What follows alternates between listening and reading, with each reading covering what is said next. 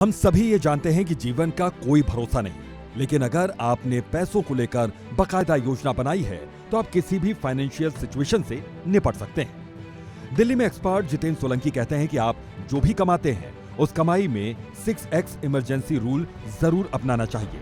आपको एक emergency fund बनाना चाहिए। अगर आपने नए साल में अभी तक कोई इमरजेंसी फंड नहीं बनाया तो फौरन इसकी शुरुआत कर दें, क्योंकि इमरजेंसी फंड ही नए साल में आपको वित्तीय तौर पर सुरक्षित बना सकता है। जो भी अमाउंट आप इमरजेंसी फंड में रखना चाहते हैं वो आपके रेगुलर खर्च के बाद की गई एक तरह की बचत है। सबसे पहले अपनी कमाई और खर्चों का हिसाब रखें। आपको ये देखना चाहिए कि आपकी रोजमर्रा की जरूरतों को पूरा करने के बाद कितना पैसा बच रहा है। इसके बाद ये तय करें कि इमरजेंसी फंड के लिए हर महीने कितना योगदान कर सकते हैं। एक बार इमरजेंसी फंड तय कर लिया तो आपको हर महीने उसमें पैसे डालने होंगे। इस फंड को बनाने के लिए आप चाहें तो इसे हफ्ते या महीने में डिवाइड कर सकते हैं। आप अपना एक बजट बना सकते हैं। इसमें एक सहूलियत होगी कि आप कितना खर्च कर रहे हैं और कितनी फिजूल खर्ची, जिसे रोका जा सकता है, लेकिन उसके लिए प्लानिंग जरूरी है। इसके अलावा आप अपने खर्चों और इनकम के पैटर्न को भी समझ सकते हैं, जिससे बजट बनाने में आसानी होगी। अपनी लाइफस्टाइल में मामूली बदलाव करके भी ये किया जा सकता है। अगर आप किसी और बैंक खाते में इमरजेंसी फंड के लिए हर महीने ऑटोमेटिक पेमेंट मेथड अपनाते हैं तो याद रखने की जरूरत नहीं होगी और रेगुलर इमरजेंसी फंड अपने आप खाते में जमा होता रहेगा। आप अपने पैसों को कॉन्टीजेंसी फंड के रूप में ऐसे अकाउंट में भी रख सकते हैं जो आपकी रकम पर ज्यादा ब्याज देता है। इससे आप इमरजेंसी फंड के लिए ज्यादा योगदान कर पाएंगे। अब 6x इमरजेंसी फंड क्या है और सैलरी वालों के लिए कितना होना चाहिए? जितेंद्र सोलंकी बताते हैं कि इमरजेंसी फंड 6 महीने के खर्च के बराबर होना चाहिए। किसी भी नौकरी करने वाले व्यक्ति को एक बंधी बधाई सैलरी मिलती है।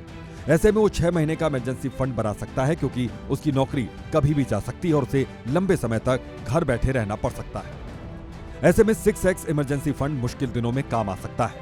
सामान्य रूप से आपका इमरजेंसी फंड कम से कम 1 लाख रुपए होना चाहिए। हालांकि रकम कम या ज्यादा भी हो सकती है, जो व्यक्ति के परिवार के खर्चों और जरूरतों के मुताबिक होगी। वहीं अगर कोई सेल्फ एम्प्लॉयड या कारोबारी है तो उसे किसी महीने में पैसों की तंगी का सामना करना पड़ सकता है। ऐसे लोगों को कम से कम 9 से 12 महीने का इमरजेंसी फंड बनाना चाहिए। सोलंकी मुश्किल दिनों के लिए thumb rule of emergency fund की बात करते हैं। वो कहते हैं कि आपको अपने बैंक खाते में कम से कम 3 से 6 महीने का इमरजेंसी फंड रखना चाहिए। हालांकि ये फंड कई फैक्टर्स पर भी निर्भर करता है। आमतौर पर लाइफस्टाइल के खर्चों, बच्चों की पढ़ाई, होम लोन की EMI और प्रीमियम चुकाने जैसे बहुत से खर्चे होते हैं। इन खर्चों के बावजूद आप ये नियम अपनाकर अच्छा खासा इमरजेंसी फंड बना सकते हैं। इमरजेंसी फंड के लिए अलग से बचत खाता खोल सकते हैं। अब आप सोच रहे होंगे कि इमरजेंसी फंड भी पैसे बचाने से ही तैयार होता है, तो फिर बचत फंड की जरूरत क्या है? आपका इमरजेंसी फंड कब इस्तेमाल नहीं करना चाहिए? आपको इमरजेंसी फंड कभी भी घर या कार की EMI चुकाने, प्रीमियम देने या फिर छुट्टियों में घूमने के लिए इस्तेमाल नहीं करना चाहिए। क्या इमरजेंसी फंड को घर में नकदी के रूप में रखना चाहिए? बिल्कुल, आप इमरजेंसी फंड को घर में भी नकदी के रूप में रख सकते हैं। इससे आप इमरजेंसी में इन पैसों का तत्काल इस्तेमाल कर पाएंगे। बशर्ते यह देखना होगा कि घर में रखा पैसा कितना सुरक्षित है। अगर सुरक्षित नहीं है तो आपको अलग बचत खाते में इस फंड को रखना चाहिए, जिससे आप ATM इस्तेमाल करके भी तुरंत पैसे निकाल सकते हैं। आप फैमिली के हिसाब से अपना इमरजेंसी फंड बढ़ा भी सकते हैं। क्या इमरजेंसी फंड को शेयरों या म्यूचुअल फंड्स में लगा सकते हैं? कतई नहीं। आप कभी भी इमरजेंसी फंड को हाई रिस्क वाले इन्वेस्टमेंट में इस्तेमाल नहीं करें, क्योंकि सारे निवेश बाजार के उतार चढ़ाव पर आधारित होते हैं। इसमें आप रहा सहा इमरजेंसी फंड भी गंवाकर और ज्यादा मुश्किल में फंस सकते हैं।